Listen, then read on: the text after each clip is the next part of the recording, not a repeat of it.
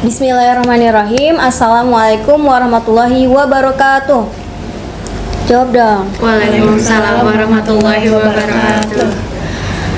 Berjumpa lagi dengan kita di sini Bincang Aryat. Episode kelima membahas tentang BLP, Building Learning Power. Building Learning Power ini merupakan program unggulan the best for the best ya di SMP Model Aryat Insan Cendekia. Apa itu BLP? Dalam bahasa Indonesianya membangun kapasitas belajar. Saya menganalogikannya ya, kalau misalnya anak-anak nih sebelum pakai BLP itu kapasitas belajarnya itu hanya sebesar toples ini, tapi kalau sudah diimplementasikan BLP maka kapasitas belajarnya menjadi sebesar galon ya, besar banget ya. Poin-poinnya yang ada di BLP itu anak-anak diminta untuk merancang visi misi, visi jangka pendek dan jangka panjangnya ya. Ini merupakan kunci keberhasilan BLP. Kemudian anak-anak diciptakan iklim yang positif, kata-katanya harus positif, berpikirnya harus positif, jadi nggak ada kata-kata yang negatif untuk mencapai cita-cita yang sudah dirancang.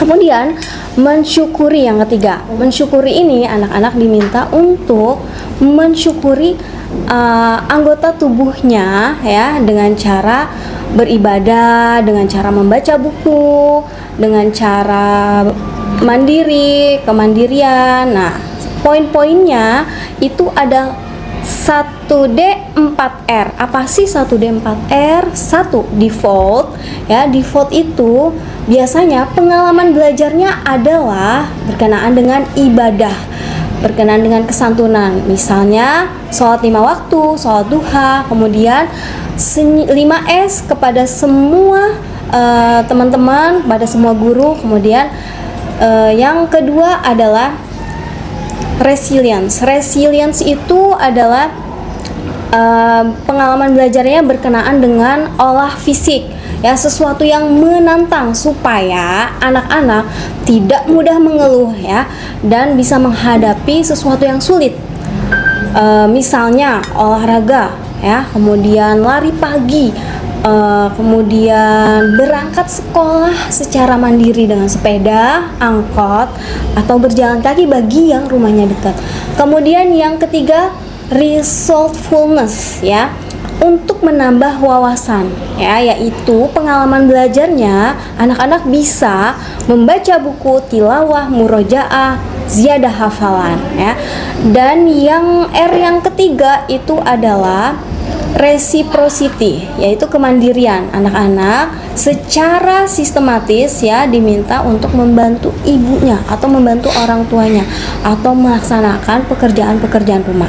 Dan yang terakhir reflectiveness ya, anak-anak diminta membuat refleksi, bisa itu berupa jurnal syukur atau jurnal learning log ya. Satu hari sebelum selesai pembelajaran, apa aja yang udah dipelajari oleh anak-anak itu ditulis. Sesuatu yang sudah berjalan dengan baik, sesuatu yang belum berjalan dengan baik, anak-anak diminta menuliskan di buku jurnal learning log namanya ya. Semua itu BLP yang tadi ya, ada anak-anak membuat cita-cita jangka pendek, jangka panjang, kemudian anak-anak mengerjakan 1D 4R itu dibuat secara sistem. Anak-anak semuanya menuliskan dan ditempelkan di loker masing-masing, dan juga diminta untuk ditempelkan juga di rumahnya. Supaya apa? Supaya tercapai dan juga menjadi motivasi dan juga menjadi tools anak-anak bisa mengisi setiap hari di buku JLL dan juga mengisi di spreadsheet ya. Nah, alhamdulillah nih sudah hadir bersama kita ya anak-anak yang hebat di anak-anak SMP Model Aryat Insan Cendekia. Disapa dulu Azwa namanya, silakan. Perkenalkan, nama saya Faisha Azza Naisobe, bisa dipanggil Azwa. Saya dari kelas 9D. Perkenalkan, nama saya Syakira Zalea dari kelas 9D. Biasa dipanggil Syakira. Perkenalkan, nama saya Arya Pratama, biasa dipanggil Arya dari kelas 8B. Nah, Kalau tadi saya sudah menyampaikan apa sih itu BLP dan ini adalah program unggulannya SMP Model Arya, beneran nggak sih? Kalau mau tahu ini beneran adalah program unggulannya SMP Model Arya, kita langsung tanya aja, kita langsung ngobrol apa aja sih selama 3 tahun di Ariyat, atau ada yang dari kelas 8 ya, berarti sudah masuk tahun yang kedua, manfaatnya yang dirasain atau perubahan yang dialami. Langsung aja ya, siap ditanya anak-anak? Insya Allah siap. Oke. Kepada sobat Azwa ya, gimana nih manfaat yang udah kamu rasain selama tahun ketiga? Berarti kan total 3 tahun Ananda Azwa ini merancang, membuat, melaksanakan BLP itu sendiri. Silakan Ananda Azwa. Jadi semenjak ada BLP ini itu jadi lebih teratur kegiatannya dan lebih terplanning.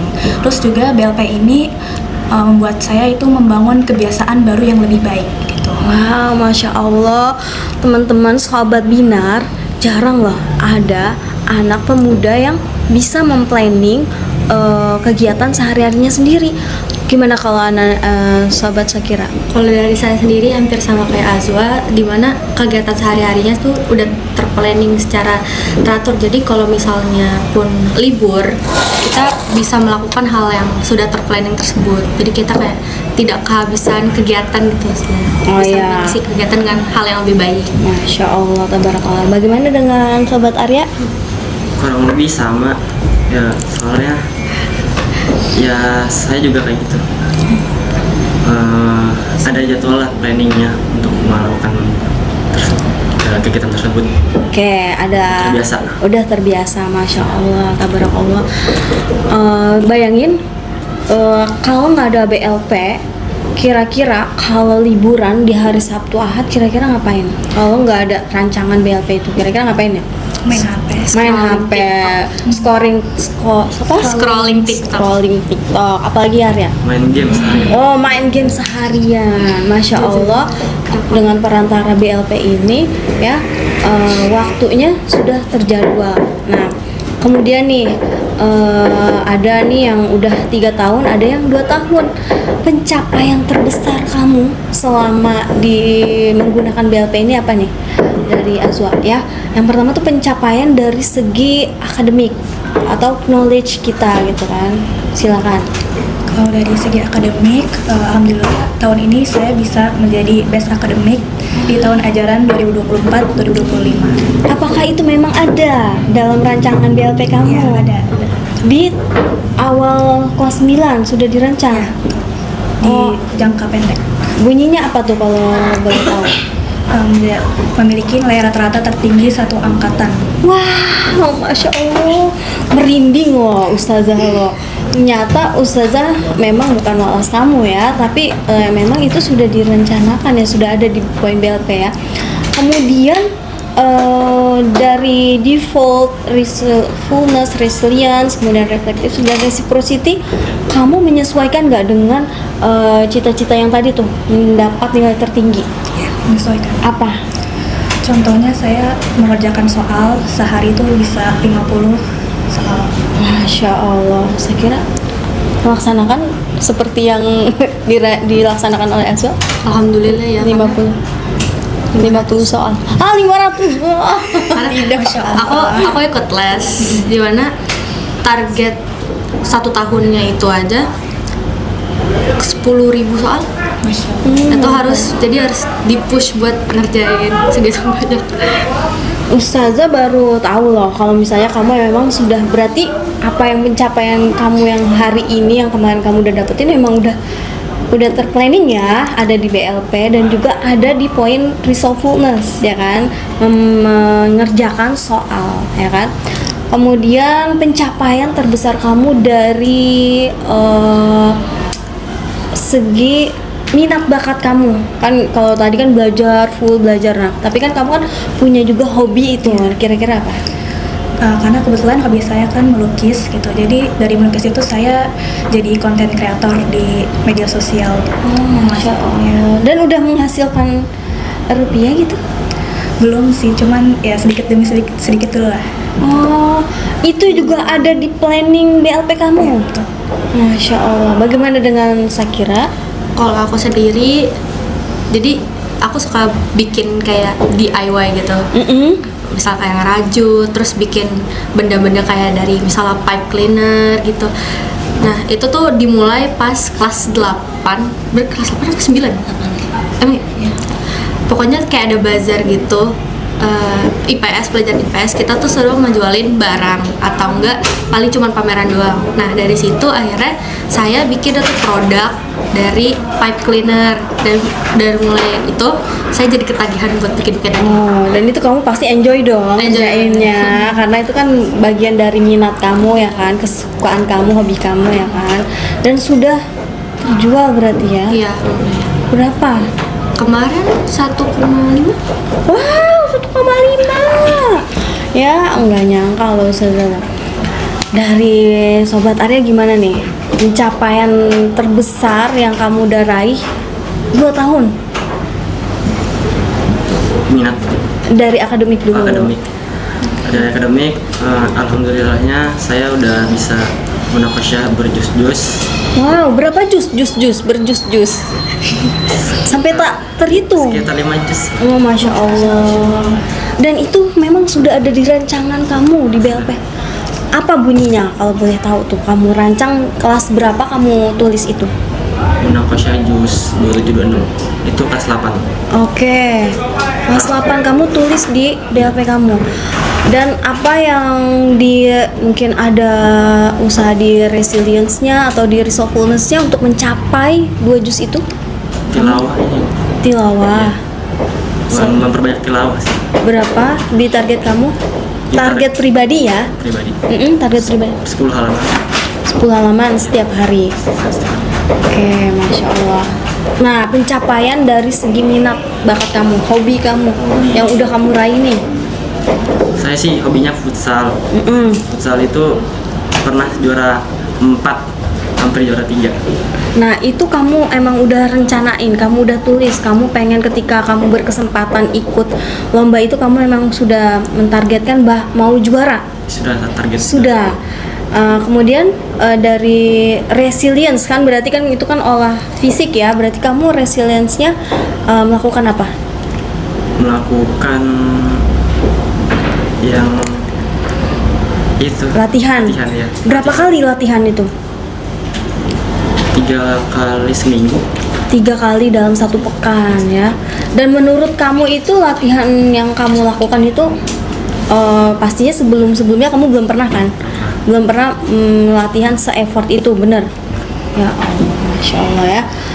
Next pertanyaan nih ya, pencapaian, masih seputar pencapaian terbesar kamu, tapi ini tuh dari segi sikap ya, karena di poin BLP itu bukan hanya prestasi ya kan, tetapi dari sikap ya kan, karena kan ada yang namanya default ya, kamu melaksanakan sholat tepat waktu tanpa disuruh, kemudian kamu melaksanakan 5S. Nah itu tuh diharapkan kamu tuh bisa lebih santun, lebih peduli kepada sesama. Maka Ustazah mau menanyakan pencapaian terbesar kamu dari segi sikap kamu.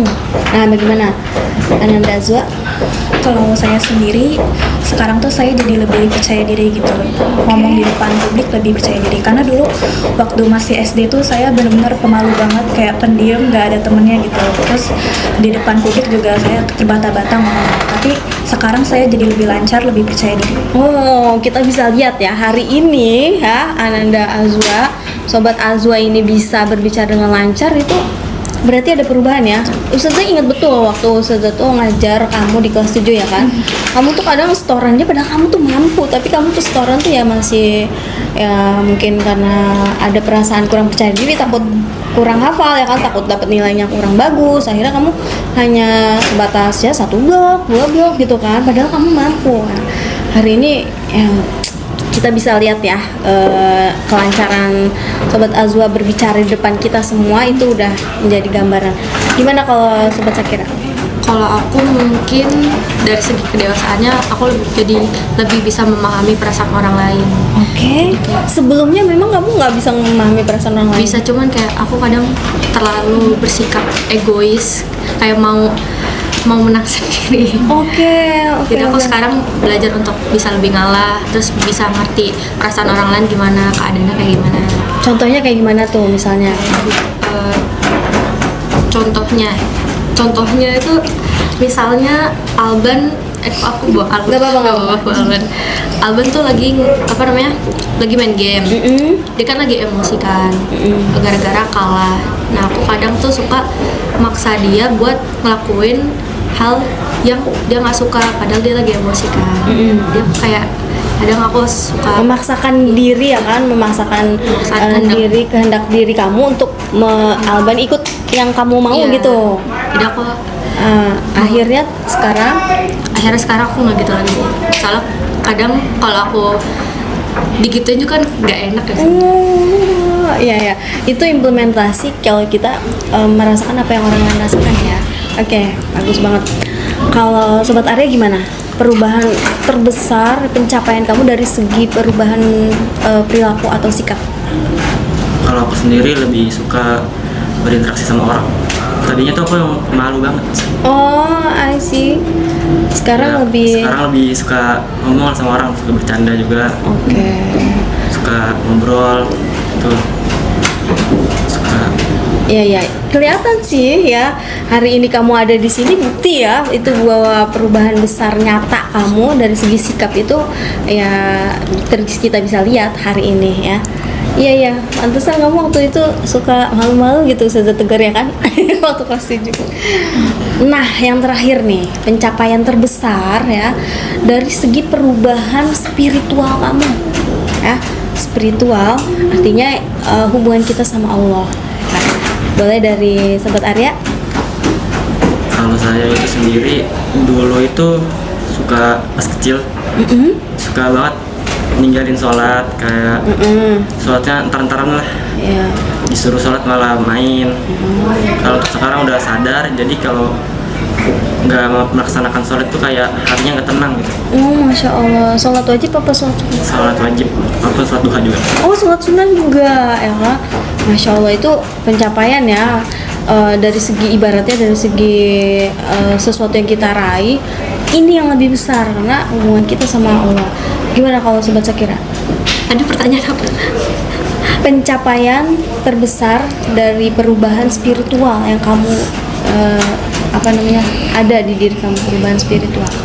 Aku jadi lebih giat sholat tahajud sih, karena tadinya aku kan nggak terlalu rajin sholat tahajud kan, karena bagi aku dulu pas SD itu kayak ngapain sih, itu kan cuma sunnah. Iya. Kira di sini tuh dibiasain. Akhirnya gara-gara dibiasain itu aku jadi terbiasa, bahkan waktu itu pas haid, aku kan lagi haid, aku pas haid kan, aku kebangun, aku sholat, terus aku kamar mandi, ternyata aku baru nyadar kalau aku lagi haid. Aku udah sholat. Ih, merinding loh Ustazah lo dengernya loh ya. Itu adalah pencapaian spiritual ya, yang kamu ibaratnya ya alhamdulillah wajib kamu syukuri dan wajib kamu jaga ya, karena sesungguhnya ya ketika kita menghadap Allah, bukan kita ya kan, bener nggak? Bukan kita yang sholat, tapi Allah yang menginginkan kita sholat ya kan. Berarti kan hati kita sudah terpaut ya kan sama Allah, makanya kita secara otomatis melaksanakan sholat tahajud itu ya kan. Nah, gimana nih dengan Ananda Azwa? Kalau saya tuh dulu hampir bahkan nggak pernah tilawah karena merasa kayak yang nggak terlalu penting gitu. Kayak cuma baca Quran doang. Tapi sekarang tuh saya jadi sering bahkan hampir setiap hari tilawah karena habis tilawah tuh saya merasa tenang hatinya gitu. Tenangnya tuh kayak gimana sih? Jadi ada perasaan apa? Ya lebih, jadi yang awalnya misalkan saya hari ini tuh dapat nilai jelek gitu, jadi kayak lagi bad mood, terus habis tilawah saya jadi lebih good mood, lebih senang. Masya Allah, merinding deh Ustazah tuh, bener dengarnya ya. Nah, dan itu wajib banget kita syukurin ya, bersyukur karena Allah kasih perasaan itu tuh tadi, perasaan tenang, terus perasaan yang tiba-tiba pengen sholat, terus perasaan yang kalau nggak sholat duha, kalau nggak sholat tahajud tuh ngerasa hati tuh nggak enak gitu kan. Ya itu berarti sebagai tanda bahwa kita tuh udah terpaut dan sudah ada perubahan besar dari segi spiritual kita. Oke. Selanjutnya ya,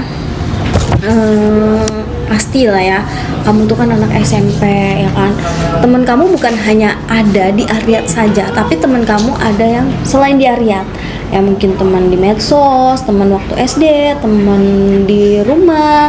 Nah, itu kan pasti yang ya kita tahu ya, kadang lingkungan itu kan nggak sama seperti yang kita udah ciptain.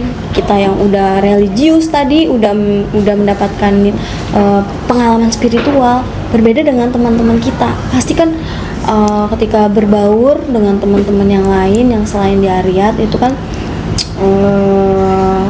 iya apa ya, norma-norma yang BLP atau kebiasaan-kebiasaan yang ada di BLP tuh kayak jadi luntur nggak sih? Bener nggak? Nah itu tuh gimana tuh menghadapinya? Itu kan sebagai kendala ya kan? Bagaimana kamu untuk berjalan lagi on the track sesuai dengan yang kamu biasa lakukan? Silakan coba. Mungkin tipsnya itu awalnya dipaksa dulu kali ya, dilawan dulu rasa malesnya, terus dilakuin sedikit demi sedikit, ditambah terus targetnya sampai akhirnya bisa jadi kebiasaan lagi dan bisa konsisten lagi. Oke, terus kalau misalnya nih ada teman-teman ketika kamu lagi ngumpul terus dia main HP aja kan, gimana kamu gitu, dan sementara waktu sholat udah datang nih, gimana kamu? Diingetin, ditegur, cuman ya diajak sholat.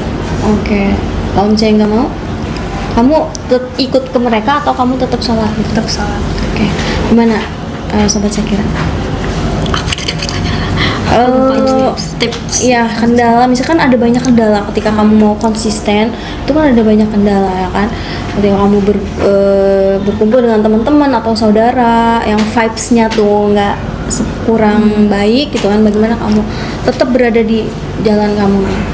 Ingat visi misi untuk Keren banget jawabannya. Karena kan kalau BLP itu kan kita berarti menentukan visi misi kita kan. Sip. Itu menentukan jalan masa depan kita. Jadi kalau memang kita mau seperti apa yang kita tulis, kita harus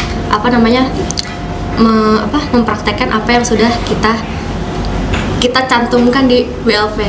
Mantap banget tuh jawabannya tuh, sesuai banget, pas ya kan. Jadi visi itu menjadi guidance kita juga ya kan, menjadi supaya kita berada dalam jalur yang lurus gitu ya, jalur yang benar gitu kan. Kalau sobat Arya gimana? Kalau untuk saya itu memaksakan diri untuk berbuat sesuatu, karena kalau lama-kelamaan dipaksa itu pasti akan terbiasa. Oke. Lalu kalau misalnya ada godaan gitu dari teman-teman, misalnya lagi ngumpul lah kan, selain di Ariyat ya kan, teman-temannya selain di Ariyat, nah bagaimana kamu mengkondisikan diri kamu? Tetap maksain. Tetap paksain. Walaupun nanti apa sih Arya, sholat nggak keren tahu gitu, gimana? Pernah nggak ada yang ngomong kayak gitu? Sholat itu nggak keren gitu? Nggak pernah. Oh nggak pernah, alhamdulillah. Paling pernah temen yang nunda-nunda sholat doang. Oke. Terus solusinya kamu tetap? Solusinya tinggalin aja mereka. Oh, sip, mantap banget.